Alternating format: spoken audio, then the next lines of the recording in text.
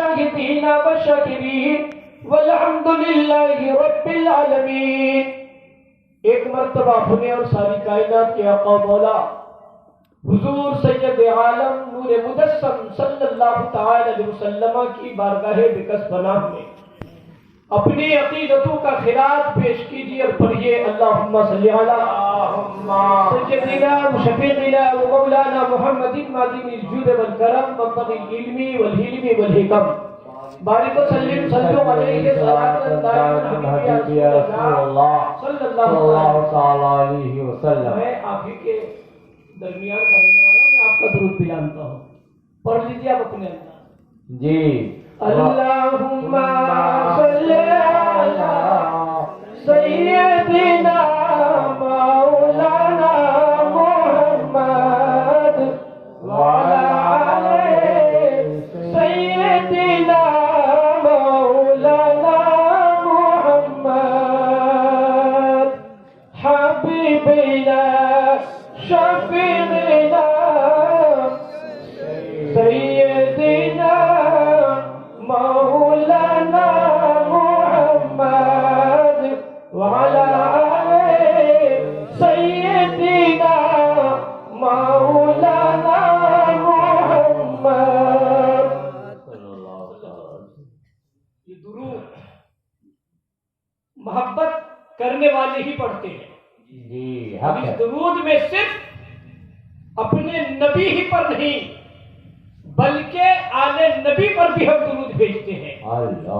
آقا کریم صلی اللہ علیہ وسلم کی جو اولاد ہے وہ آل نبی کہلاتے ہیں، چاہے وہ حضرت امام حسن ہو، چاہے وہ حضرت امام حسین ہو، چاہے وہ حضرت امام زین العابدین ہو، چاہے وہ حضرت امام باقر ہو، یعنی آقا کریم کی جو اولاد ہے انہیں آل نبی کہا جاتا ہے۔ سبحان اللہ سبحان اللہ۔ اور محبت آقا کریم سے بھی کرنی ہے، آل نبی سے بھی کرنی ہے، دونوں سے محبت ضروری ہے۔ بہت خوب۔ اور حضرت مولا کائنات جن کو حضرت علی مشکل کشا شیر خدا کہا کرتے ہیں، ان کی محبت کے تعلق سے آقا کریم نے ارشاد فرمایا، اے میرے صحابہ سنو، یہ علی ہے، اللہ یہ علی ہے، جو ان سے محبت کرے گا وہ مومن ہوگا، اور جو ان سے بغض رکھے گا وہ منافق ہوگا، ان کے دل میں ایمان داخل کی نہیں ہو سکتا۔ سبحان اللہ سبحان حق ہے حق۔ یعنی حضرت علی سے عداوت رکھنے والے، حضرت علی سے بغض رکھنے والے، حضرت علی کو برا بھلا کہنے والا، حضرت علی سے کینہ رکھنے والا جہنمی ہے۔ اور آقا کریم نے ایمان کی علامت فرمائی کہ علی کی محبت ایمان کی علامت۔ سبحان اللہ۔ اس لیے ہم حضرت علی سے بھی محبت کرتے ہیں اور آل پیغمبر سے بھی محبت کرتے ہیں، لیکن میرے بھائی ہم جو یہ سادات سے محبت کرتے ہیں، سیدوں سے محبت کرتے ہیں، نبی کی اولاد سے محبت کرتے ہیں، اس محبت کو کوئی فائدہ بھی ہے؟ حق ہے حق۔ ہر چیز کا کوئی فائدہ ہے کہ نہیں؟ جی حق۔ اب کوئی دکانداری کرتا ہے، سامان بیچ رہا ہے، اس میں فائدہ نہیں دکانداری کرے جی۔ اب یہاں پورے علاقے میں بہت سارے لوگ ٹریکٹر چلاتے ہیں، اب ٹریکٹر لے کر کے ہم جائیں کوئی فائدہ ہی نہیں تو چلائے گا۔ تو جو بھی کوئی کام کرتا ہے کوئی نہ کوئی فائدے کے لیے جی، بلا فائدہ کوئی کام نہیں کرتا۔ اب کہیں پر کوئی آدمی کنواں کھود رہا ہے کھیت میں، تو کوئی مقصد رہے گا تبھی نہ کھودے گا، مطلب پانی کی ضرورت ہے تو اب کنواں کھود رہا ہے تاکہ پانی سے زمین کی سیرابی ہو، کھیت کھلیان کو پانی ہو۔ اب بلا وجہ وہاں پانی کی ضرورت ہی نہیں ہے، بغل میں ٹیوبر موجود ہے، بغل میں چاپاکل موجود ہے، وہاں پر موٹر بھی موجود ہے، ساری چیزیں موجود ہے، کوئی کنواں کھود کہے گا تو پاگل نہیں کہا۔ تو پتا چلا کہ ہر کام کا کوئی نہ کوئی مقصد ہوتا ہے، بلا مقصد ہم کوئی کام نہیں کرتے۔ اب ہم جو آقا کریم سے محبت کرتے ہیں، ان کی اولاد سے محبت کرتے ہیں، اس کا کوئی فائدہ نہ ہے۔ تو آج حدیث کی روشنی میں سنیے، خوش نصیب ہے ہم لوگ کہ اللہ نے ہمیں سنی صحیح العقیدہ بنایا، کہ ہم اللہ سے بھی محبت کرتے ہیں، اللہ کے حبیب سے بھی محبت کرتے ہیں، ہم انبیاء سے بھی محبت کرتے ہیں اور نبی کریم کی اولاد سے بھی محبت کرتے ہیں. ہم خوش نصیب. سبحان اللہ. حق ہے حق ہے. آقا کریم صلی اللہ علیہ وسلم نے ارشاد فرمایا، حضرت امام حسن موجود، حضرت امام حسین موجود، حضرت علی موجود، حضرت فاطمہ الزہرا رضی اللہ تعالیٰ عنہا موجود. رب کی بارگاہ میں آقا کریم صلی اللہ علیہ وسلم ہاتھ اٹھا کر کے دعا کر رہے، پروردگار ہؤلاء اہل بیتی. یعنی آقا فرماتے ہیں اللہ یہ جو تو حضرت علی کو دیکھ رہا ہے مولا، حسن و حسین کو دیکھ رہا ہے، میری بیٹی فاطمہ کو دیکھ رہا ہے مولا، یہ میرے اہل بیت ہے، یہ میرے قریبی رشتہ دار ہے پروردگار، یہی میرے اہل بیت ہے. آگے آقا فرماتے مولا احبہم، اے میرے رب میرے ان اہل بیت سے محبت کر. اس کے بعد آگے ارشاد فرماتے ہیں آقا کریم اے اللہ یہ میرے اہل بیت ہے، اے میرے مولا ان سے بھی محبت کر. احب من احبہم، اور اے مولا ان سے بھی محبت کر جو میرے ان اہل بیت سے محبت. سبحان اللہ سبحان جو اللہ. لوگ اہل بیت سے محبت کرتے ہیں ان سے اللہ محبت کرتا ہے، اور اس محبت کے تعلق سے رب کی بارگاہ میں آقا کریم نے عقیدہ پیش کیا. اللہ کے نبی نے رب کی بارگاہ میں عرض کیا میرے رب میرے اہل بیت سے بھی محبت کر، اور اے میرے پروردگار جو لوگ میرے اہل بیت سے محبت کرے میرے مولا ان سے بھی محبت. واہ واہ سبحان اللہ سبحان اللہ. یہی نہیں فرماتے ہیں من مات فی حب اہل بیت مات شہیدا.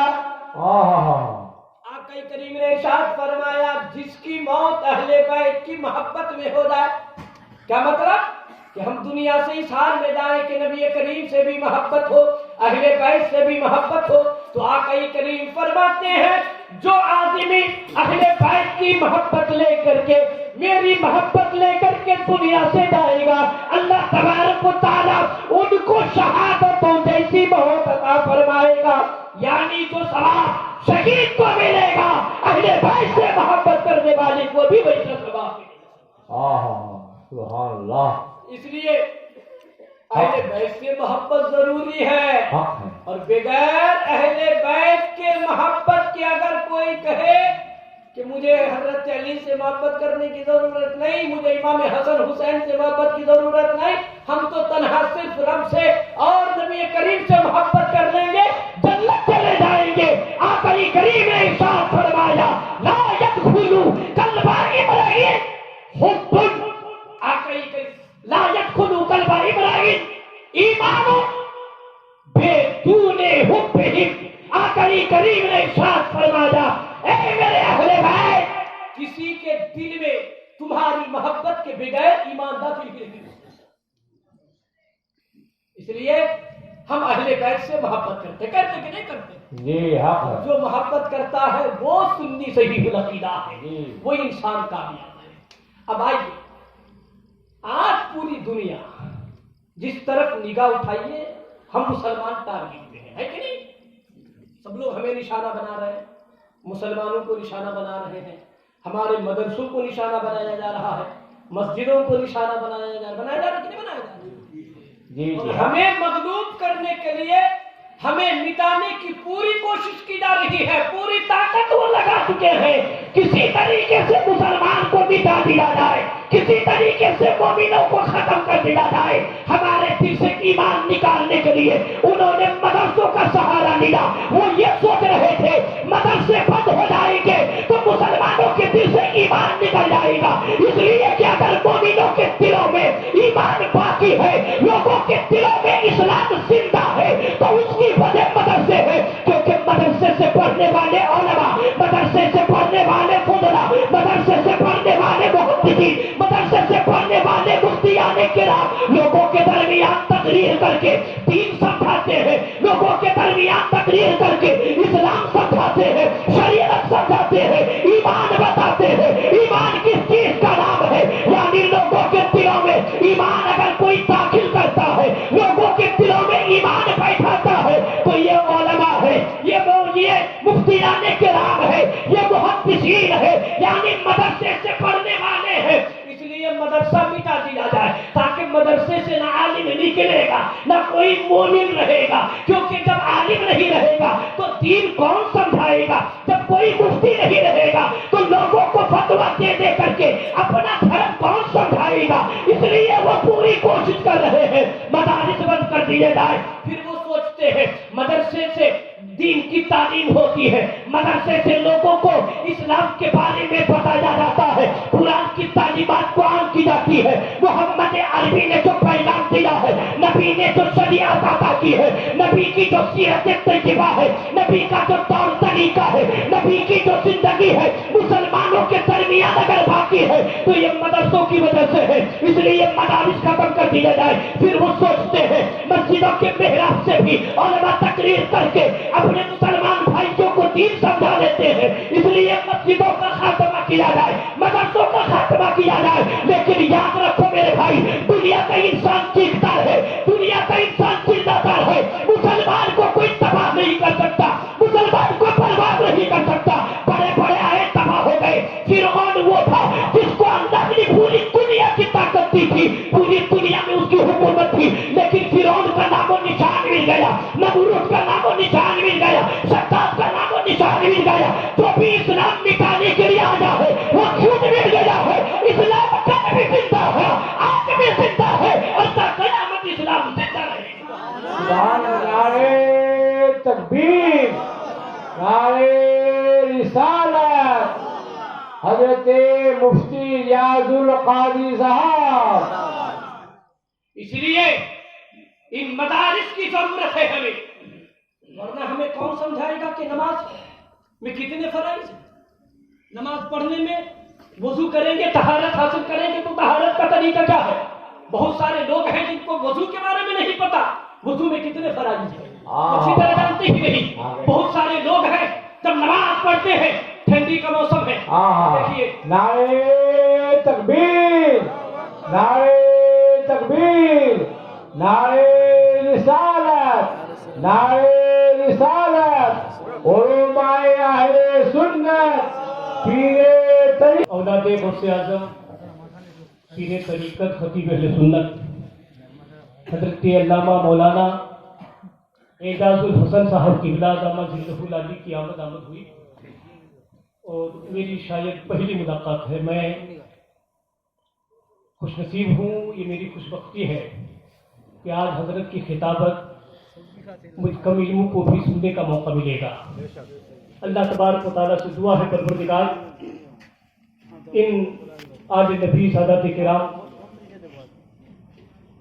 کا سایہ ہم سب پر دراز فرمائے، ان سب کی محبت میں ہمیں جینے مرنے کی توفیق عطا فرمائے۔ میں کہہ رہا تھا پوری دنیا ہمیں برباد کرنے کی کوشش کرے گی، ہمارے مدارس کو تباہ کرنے کے لیے، ہمارے مسجدوں کو تباہ کرنے کے لیے۔ اور میں معلوم کر رہتا ہوں بنارسی میں، آپ جانتے ہیں وہاں کے حالات ایسے ناگفتہ بے ہیں کہ ہم کیا کریں۔ جی جی، مگر میں یہ بات دعوے کے ساتھ کہتا ہوں، پوری دنیا پوری طاقت لگا لے، پوری طاقت لگا لے، جتنے بڑے بڑے ہیں ساتھ لے لے، مسلمانوں کو مٹانا چاہے نہیں مٹا سکتا۔ جی جی جی، اس لیے کہ ان کے ساتھ کوئی اور ہوگا، ہمارے ساتھ وہ رب ہے، وہ خالق ہے جو کائنات کا مالک۔ اور پروردگار عالم ارشاد فرماتا ہے قرآن میں، پروردگار نے کسی مذہب والے کو نہیں کہا کہ تم کامیاب ہو، کسی کے بارے میں نہیں کہا کہ تم بلند و بالا ہو، کسی کے بارے میں نہیں کہا کہ تم سب پہ غالب ہو۔ یہ اعلان اگر رب نے فرمایا ہے، یہ مژدہ اور یہ خوشخبری اگر رب نے سنائی ہے تو کن کو سنائی ہے؟ ہم مومنوں کو سنائی ہے۔ دنیا چاہتی ہے ہمیں شکست دے دے، دنیا چاہتی ہے ہمیں تباہ و برباد کر دے، لیکن رب فرماتا ہے انتم الاعلون ان کنتم مومنین، اے مومنوں تم ہی غالب ہو، تم ہی غالب ہو، تم ہی بلند و بالا ہو، مگر شرط یہ ہے کہ تم مومن۔ نعرے تکبیر، نعرہ رسالت، مسلک اعلی حضرت حضرت علامہ مفتی ریاض القادری صاحب قبلہ، نعرہ تکبیر، زندہ باد زندہ باد۔ اگر مومن ہیں تو ہم کامیاب ہیں۔ جی جی، رب نے یہ نہیں فرمایا وَأَنْتُمُ الْأَعْلَوْنَ إِن كُنْتُم مُّصَلِّينَ، جی جی، مومنین کہا، کیا کہا؟ مومنین، یعنی اگر تم مومن ہو تو کامیاب، مومن ہو تو کامیاب۔ کامیاب ہو۔ تو اب ہمیں مومن بننا پڑے گا، مومن ہوتا کون؟ ہم مسلمان ہیں، اپنے آپ کو ہم مومن کہتے ہیں، ذرا ہم اپنے اندر جھانک کے دیکھیں ہم مومن ہیں کہ نہیں؟ مومن کا طریقہ کیا ہوتا ہے؟ مومن کی زندگی کیا ہوتی ہے؟ مومن کو چلنا کیسے چاہیے؟ مومن کا طریقہ کیا ہونا چاہیے؟ یہ ہمارے درمیان سے مفقود ہے، جی جی جی، جانتے ہی نہیں۔ ایک مومن کا معاملہ تو یہ ہونا چاہیے کہ وہ دوسرے مومن سے محبت کرے، یار کا پیغام دے۔ اللہ کے نبی نے ارشاد فرمایا المسلم اخو المسلم، ایک مسلمان دوسرے مسلمان کا بھائی۔ بے شک بے شک، کیا فرمایا؟ ایک مسلمان دوسرے مسلمان کا بھائی ہے۔ یہاں تو مسلمان کہیں کا ہو، امریکہ کا ہو، ہالینڈ کا ہو، کہیں کا ہو، دنیا کی کسی گوشت کا ہو، مسلمان ہے تو وہ ہمارا بھائی ہے۔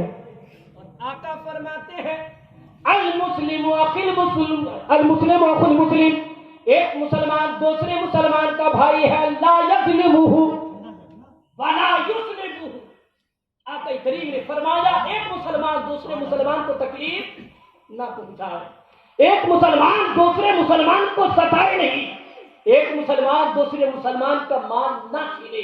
رب کے حبیب نے فرمایا من کان فی حاجت اخیہ کان اللہ فی حاجتہ، جو بندہ اپنے مسلمان بھائی کی مدد میں لگا رہے گا اللہ اس کی مدد میں لگا رہے گا۔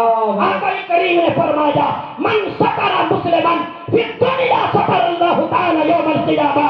آقا کریم نے ارشاد فرمایا جو مسلمان کسی مسلمان کے عیب پر دنیا میں پردہ ڈالے گا کل روز قیامت پر پروردگار اس آدمی کے عیبوں کو کھلنے نہیں دے گا۔ رب کے حبیب نے ارشاد فرمایا من فرج عن مسلم قربۃ من قرب الدنیا فرج اللہ عنہ قربۃ من قرب یوم القیامہ۔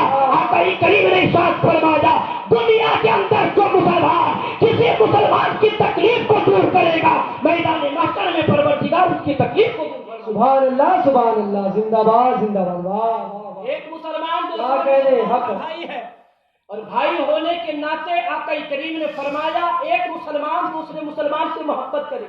اور یہاں حال یہ کہ یہاں دو دو رشتے ہمارے ہوتے ہیں، ایک خونی رشتہ ایک ایمانی رشتہ، اور آقا نے فرمایا خونی رشتہ ہو کہ نہ ہو ایمانی رشتہ ہو تو محبت کرنی چاہیے، لیکن اگر رشتہ ڈبل ہو جائے کہ خونی رشتہ بھی ہے یعنی وہ میرا سگا بھائی ہے یا میرا چچیرا بھائی ہے مگر بھائی ہے کیونکہ ایک دادا کا خون ہم سب میں ہے، تو اس اعتبار سے جتنے بھائی ہوئے سب کے اندر ایک دوسرے کا خون ہے، سب کا خون برابر ہے، سب کے اندر دادا کا خون ہے، اس اعتبار سے ہم بھائیوں میں جو رشتہ ہے وہ رشتہ ایک مضبوط رشتہ ہے، دوسرا رشتہ کہ وہ بھائی بھی مومن ہے ہم بھی مومن ہے، اب دو رشتہ جڑ گیا۔ آقا کریم نے جب ایک رشتے کے تعلق سے تاکید فرمائی تو جہاں دو دو رشتہ ہے وہاں تو محبت اور ہونی چاہیے، وہاں تو محبت اور پروان کرنی چاہیے، لیکن آج زمانہ دیکھے ایک بھائی دوسرے بھائی سے ڈر رہا ہے، لیکن ذرا ان مومنوں کو دیکھو جن مومنوں کی بنیاد پر اسلام کو فوقیت ملی ہے، ان مسلمانوں کو دیکھو جس مسلمانوں کی بنیاد پر اسلام ہر طرف پھیلا ہے۔ یہ صحابہ کی زندگی ہے کہ صحابہ نے جو محبت کی ہے، صحابہ نے جو آپس میں پیار کیا ہے، اس کی دنیا میں کوئی مثال۔ واہ واہ واہ واہ، زندہ باد زندہ باد، سبحان اللہ، کیا کہنے۔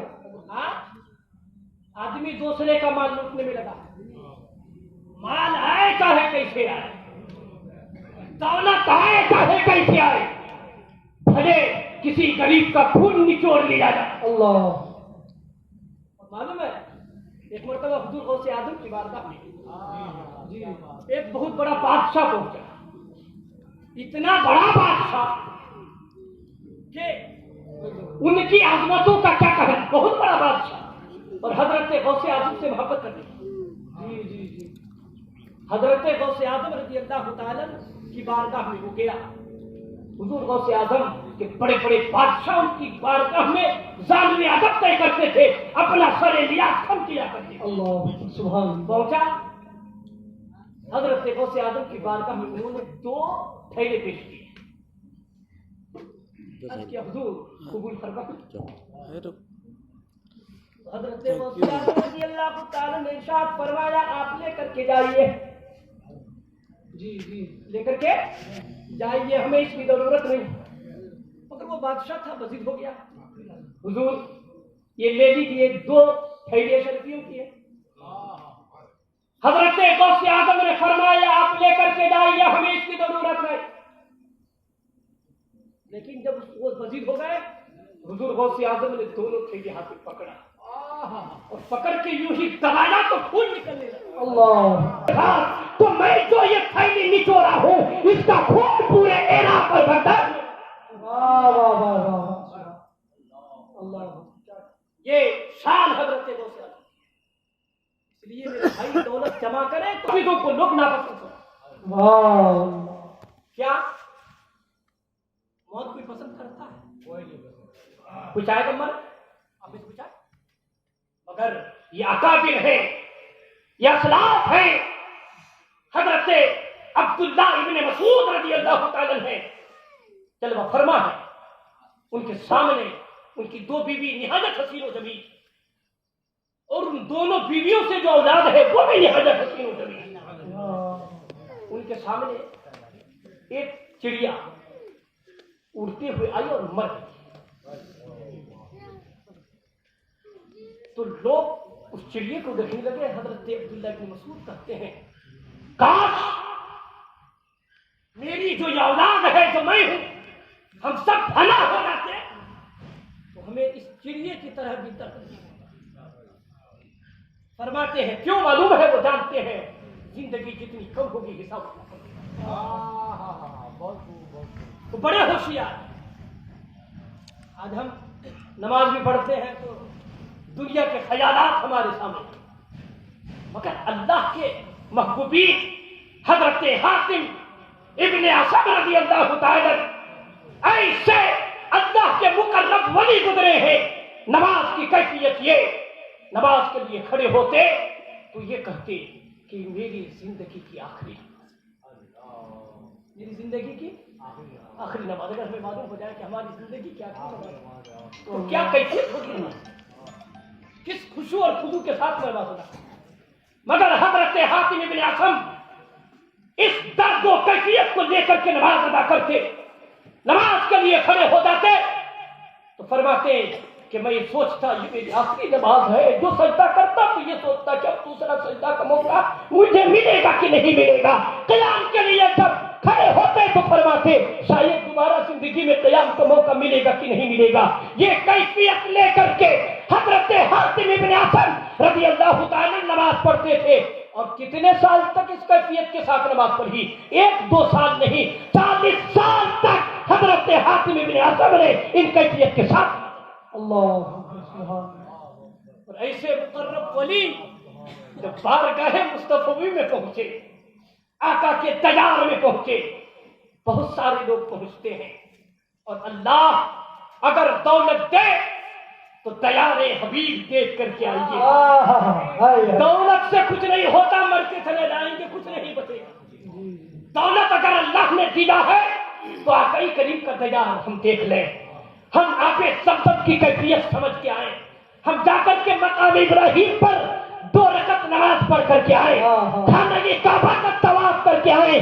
وہ خانہ کعبہ جانے والا کتنا بڑا گنہگار ہو، کتنا بڑا سیاہکار ہو، جب خانہ کعبہ پہ پہلی نگاہ ڈالتا ہے دیکھتا کہ خانہ کعبہ کو تو کیا تھا تو گناہ تھا، لیکن چونکہ خانہ کعبہ پہ پہلی نگاہ ڈالتا ہے، گر گرا کر رب کی بارگاہ میں التجائے پیش کرتا ہے، دعا کرتا ہے، پہلی نگاہ گواہی میں اس کی ساری خطاؤں کو گناہوں کو اللہ بخش دیا۔ واہ واہ واہ واہ، سبحان اللہ سبحان، کیا کہیں۔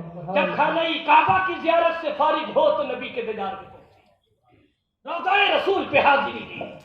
حضرت حاتم ابن اسم پہنچے آقا کے تیار، اور جا کر کے وہ روضہ رسول کے پاس اتنے بڑے اللہ کے مقرب ولی، مگر کیا عاجزی انکساری ہے، وہ دعا کر رہے ہیں میرے رب پروردگار آج میں تیرے محبوب کی بارگاہ میں آیا ہوں، میرے مالک مجھ کو محروم کر کے نہ بھیجنا، پروردگار میں مرادوں کا دامن لے کر کے آیا ہوں، مولا میں تمناؤں کی گٹھڑی لے کر کے آیا ہوں، پروردگار آرزو لے کر کے آیا ہوں، اے میرے رب تو اپنے محبوب کی بارگاہ سے مجھ کو محروم نہ لوٹانا۔ یہ کہنا تھا کہ اتنے میں کیسے ندا آتی ہے، اے حاتم ابن اسم سن لے، آج اگر تم میرے محبوب کی بارگاہ میں حاضری دے رہا ہے تو اس کی وجہ یہ کہ جس کو بھی میں اپنے محبوب کی بارگاہ میں حاضری کا شرف دیتا ہوں تو یہ بعد میں دیتا ہوں، پہلے اپنی بارگاہ میں مقبول کرتا ہوں، پھر اپنے محبوب کے دیدار میں حاضری کا شرف۔ سبحان اللہ، زندہ باد زندہ باد، کیا کہیں۔ یہ کیفیت ہے اللہ کے محبوبین کی، یہ کیفیت ہے رب کے محبوبوں کی۔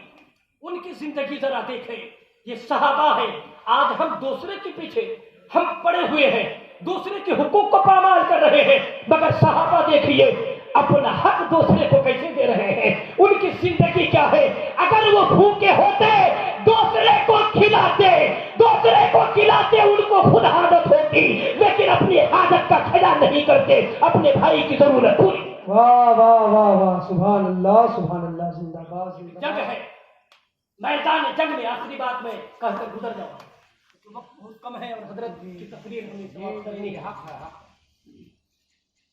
میدان ہے جنگ کا اور آخری ایام ہے صحابہ کی،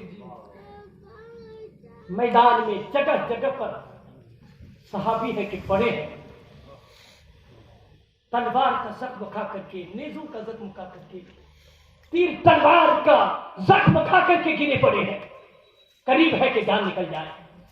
ایک پیالہ پانی لے کر کے ایک شخص میدان میں آیا اپنے رشتہ دار کو کہ میرا رشتہ دار ہے میدان جنگ میں پڑا ہے، ذرا یہ ایک کٹورا پانی سے دے دو۔ کٹورا پانی لے کر کے بھاگا اپنے رشتہ دار کی گاڑی کہ میں اپنے رشتہ دار کو اس کے آخری سانس کے وقت پانی کی ضرور حاجت ہوگی، اور ہر ایک کی زبان سے العطش العطش کی آواز آ رہی ہے۔ عطش کا معنی آتا ہے پیاس، ہم یہ کہہ رہے ہیں کاش کوئی یہ قطرہ پانی دے دیتا۔ العطش العطش کی صدا آ رہی ہے۔ آیا وہ آدمی اپنے رشتہ دار کے پاس کہ میرے بھائی یہ لو ایک کٹورا پانی ہے، پی لو۔ تو وہ آدمی کیا کہتا ہے جب معلوم ہے، اپنے رشتہ دار سے کہتا میرے بھائی میرے بغل میں ایک بھائی پڑا ہے، وہ بھی العطش کر رہا ہے، شاید ان کو مجھ سے زیادہ پیاس لگی ہوگی، یہ پانی کا کٹورا ان کو پلاتے۔ لے کر کے پہنچا اس آدمی کے پاس کہ پانی کا پیالہ ان کو دے۔ ان کے بغل میں ایک تیسرا شخص ہے، وہ بھی پکار رہا ہے العطش العطش۔ وہ صحابی کہتے ہیں مجھے پانی کی ضرورت نہیں، شاید یہ میرا بھائی جو العطش العطش کہہ رہا ہے، شاید اس کو مجھ سے زیادہ پیاس لگی ہوگی۔ بچ کے ایک صحابی دوسرے صحابی کے پاس پیالہ بھیجتے رہے، پیالہ لے کر کے ان کا رشتہ دار میدان جنگ میں گھوم رہا ہے، کوئی پانی نوٹ نہیں کر رہا ہے، ہر آدمی اپنا حق دوسرے کو دے رہا ہے۔ اس کے بعد جب وہ اپنے رشتہ دار کے پاس پہنچا تو وہ بھی تب توڑ چکا تھا، دوسرے کا پاس پہنچا وہ بھی تب توڑ چکا تھا۔ یہ کیفیت ہے صحابہ کی کہ وہ اپنے حقوق کا لحاظ نہیں کرتے بلکہ اپنے اوپر دوسرے کو بھاگتے۔ سبحان اللہ، نعرے تکبیر، نعرے رسالت، مسلک اعلی حضرت، تعلیمات اعلی حضرت حضرت علامہ مفتی ریاض القادری صاحب کبریٰ، نعرے تکبیر، زندہ باد۔ اس لیے ہر معاملے میں اتحاد ضروری ہے، آپس میں متحد ہو کر کے رہو، کبھی تفرقہ، فرقہ بندی، پارٹی بندی اپنے درمیان نہ کرو۔ گاؤں گاؤں میں پارٹی، رشتہ دار دوسرے رشتہ دار سے کٹا ہے، نہیں، بن کے کھونا یہ چاہیے کہ اگر ہمارا کوئی رشتہ دار کسی رشتہ دار سے الگ ہے، کسی وجہ سے ان سے تعلق توڑا ہے، تو کوشش کرنی چاہیے کہ ہم ان کے پاس جا کر کے ان سے معافی مانگ کر کے اپنے رشتے کو بحال کریں. یا گھر کے جو بڑے ہیں ان کی ذمہ داری بنتی ہے کہ وہ خود جا کر کے اس اختلاف کو ختم کر کے آپس میں صلح کرا دے. اس لیے کہ جو بندہ صلح کراتا ہے وہ نبی کی سنت پہ عمل کرتا ہے، نبی کی سنت کو زندہ کرتا ہے، اور جو نبی کی سنت کو زندہ کرتا ہے وہ جنتی ہوتا ہے. اس لیے میرے بھائی آپس میں اختلاف ہو تو ختم کرو، عداوت ہو تو ختم کرو، رشتہ داری میں استحکام پیدا کرو، ایک دوسرے سے جڑ کے رہو. حضور حافظ ملت کا یہ کام ہمیشہ اپنے سینے میں رکھو. انہوں نے فرمایا تھا اتحاد زندگی ہے، اختلاف آج معلوم ہے ہم مسلمان کیوں پریشان ہیں. اب حضرت مفتی سلمان اظہری صاحب قبلہ دامہ ذلہ العلی ان کو جیل میں بند کر دیا گیا. حضرت علامہ مولانا بڑے مجاہد اور بہت بڑے محرک ہیں، حضرت علامہ قمر غنی جو قمر عثمان غنی رضی اللہ تعالیٰ عنہ، یہ دہلی کے رہنے، یہ دونوں شخص بند ہیں. مفتی سلمان اظہری صاحب کے لیے تو جو کچھ احتجاج بھی کی، کتنے دنوں تک 2-4 دن احتجاج رہا، وہ بھی ہر جگہ نہیں، کچھ جگہوں پر لوگوں نے احتجاج کیا. پھر اس کے بعد سب اپنے اپنے گھروں میں بیٹھ گئے. ان کا حال کیا ہے؟ ابھی 3 کیس میں ضمانت ملی، پھر پاسا ایکٹ میں ان کو اریسٹ کر لیا. پاسا ایکٹ کے تعلق سے میں نے سنا ہے کہ اس میں پوری ایک ٹیم گٹھت ہوتی ہے، پھر وہ آپس میں بات کرتے ہیں، پھر جو یہ باتیں ہوتی ہیں پھر ہائی کورٹ میں جا کے اس کی سنوائی ہوتی ہے. فرمایا کہ جو وکیل تھے حضرت مفتی سلمان اظہری صاحب کے، وہ کہتے ہیں کہ یہ ٹیم جو گٹھت ہوگی یہ کب بیٹھے گی پہلے یہی متعین ہے، مہینوں بھی لگ سکتا ہے. اب جب یہ ہو جائے تو پھر کورٹ میں سنوائی ہوگی ہر جگہ ان کے آدمی. اس لیے ہمارے حالات بڑے ناگفتہ بھی ہیں. اس کی وجہ یہ کہ ہم آج بیدار نہیں ہیں، ہم سو چکے ہیں. ہمیں اپنے حقوق کے تعلق سے ہمیشہ زندہ رہنا ہوگا. ہم کسی کے پاس بھیک نہیں مانگتے ہیں. ہمارے آئین نے، ہمارے دستور نے، ہمارے سنویدھان نے ہمیں جو حقوق دیا ہے اس حقوق کو ہم سے کوئی نہیں چھین سکتا. اس لیے جو آئین ہے، جو دستور ہے، اس کے مطابق ہمیں اپنا حق لینا ہے، اور اپنے حقوق کو لینے کے لیے ہمیں بیدار ہونا ہوگا، متحد ہونا ہوگا. اس لیے میرے بھائی آپس میں اتحاد رکھیے، عداوت دشمنی ان ساری چیزوں کو اپنے درمیان سے نکالیے. سب سے پہلی چیز نماز کی پابندی کیجیے. اللہ کی بارگاہ میں سر و سجود ہو کر کے زندگی گزاریے. رب کی بارگاہ میں جب گر گرائیں گے نا، رب سے دعا کریں کہ آج کی رات ہے، رب کی بارگاہ میں دعا کیجیے، مولا پروردگار مسلمانوں کو حفظ و امان عطا فرما، پروردگار مسلمانوں کو طاقت و قوت عطا فرما، اور جو لوگ مسلمانوں سے دشمنی کر رہے ہیں، مسلمانوں کو ستا رہے ہیں، پروردگار سے تباہ و برباد. آج کی رات گر گرا کر کے رب کی بارگاہ میں دعا کیجیے، اپنے گناہوں سے سچی توبہ کیجیے. توبہ کرنے والے کے تعلق سے آقا نے فرمایا التائب من الذنب کمن لا ذنب له، گناہوں سے توبہ کرنے والا گناہوں سے ویسے پاک ہو جاتا ہے جیسا کہ اس نے کبھی گناہ کیا.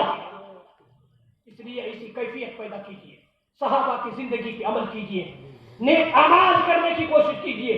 جو بھی آپ نیک عمل کریں گے، چاہے صدقات و خیرات کریں، چاہے کسی مدرسے کا تعاون کریں. یہ مدرسہ آپ کا ہے، دیکھ رہے ہیں کن حالات سے مدرسہ گزر رہا ہے. مدرسے کا تعاون کریں، مسجد کا تعاون کریں، اور دیگر کار خیر میں جو آپ تعاون کریں گے، جو آپ دیں گے، رب ارشاد فرماتا ہے وَمَا تُقَدِّمُوا لِأَنفُسِكُم مِّن خَيْرٍ تَجِدُوهُ عِندَ اللَّهِ. رب فرماتا ہے جو اچھی باتیں، جو صدقات و خیرات، جو نیک اعمال تم اپنے لیے پیش کرو گے، یاد رکھنا اس کا بدلہ تم اللہ کی بارگاہ میں پاؤ گے. جیسا دنیا کے اندر تمہارا عمل رہے گا، اچھا عمل کرو گے تو بدلہ بھی اچھا ہوگا، برا عمل کریں گے تو یاد رکھیے اس کا نتیجہ نتیجہ اور انجام جھیلنے کے لیے تیار رہیے. زندگی میں عمل اچھا رہے گا تو یہاں بھی کامیاب نظر آئیں گے, وہاں بھی کامیاب نظر آئیں گے. اور یہ بھی یاد رکھیے کہ آپ جو گناہ کر رہے ہیں, سوچ رہے ہیں کہ کوئی نہیں دیکھ رہا ہے, گھر کے کوٹری میں یا آپ کمرے کے اندر کہیں پر بھی آپ کوئی گناہ کر رہے ہیں, تاکہ بند کمرے میں آپ شراب پی رہے ہیں, تاکہ کسی بند جگہ میں آپ تب لوگوں کے ساتھ جوا کھیل لگے ہیں, تاکہ آپ کوئی بھی گناہ کر رہے ہیں, کوئی ایسا آپ کا کام نہیں ہے جس کو رب نہیں دیکھ رہا ہے. پروردگار سب کچھ دیکھ رہا ہے. جو اچھا عمل کر رہے ہیں وہ بھی دیکھ رہا ہے, جو برا عمل کر رہے ہیں وہ بھی دیکھ رہا ہے. پروردگار ارشاد فرماتا ہے ان اللہ بما تعملون بصیر, اور اللہ تبارک و تعالی تمہارے کرتوت سے باخبر ہے, اسے دیکھ. واہ واہ واہ, بے شک سبحان. اس لیے اچھے اعمال کیجئے. قبرستان میں آپ کے رشتہ دار آبا و اجداد ہیں, ان کے لیے دعائیں خیر کیجئے, کیونکہ معلوم ہے حدیث میں آتا ہے آقا کریم نے ارشاد فرمایا جتنے بھی آبا و اجداد رشتہ دار ہیں ان کی روحیں ہر ایک کے دروازے دروازے پہ گھومتی ہے.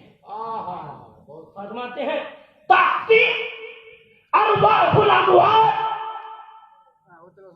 علی ابوابہم, رشتہ داروں کی روحیں دروازوں پہ ہوتی ہے.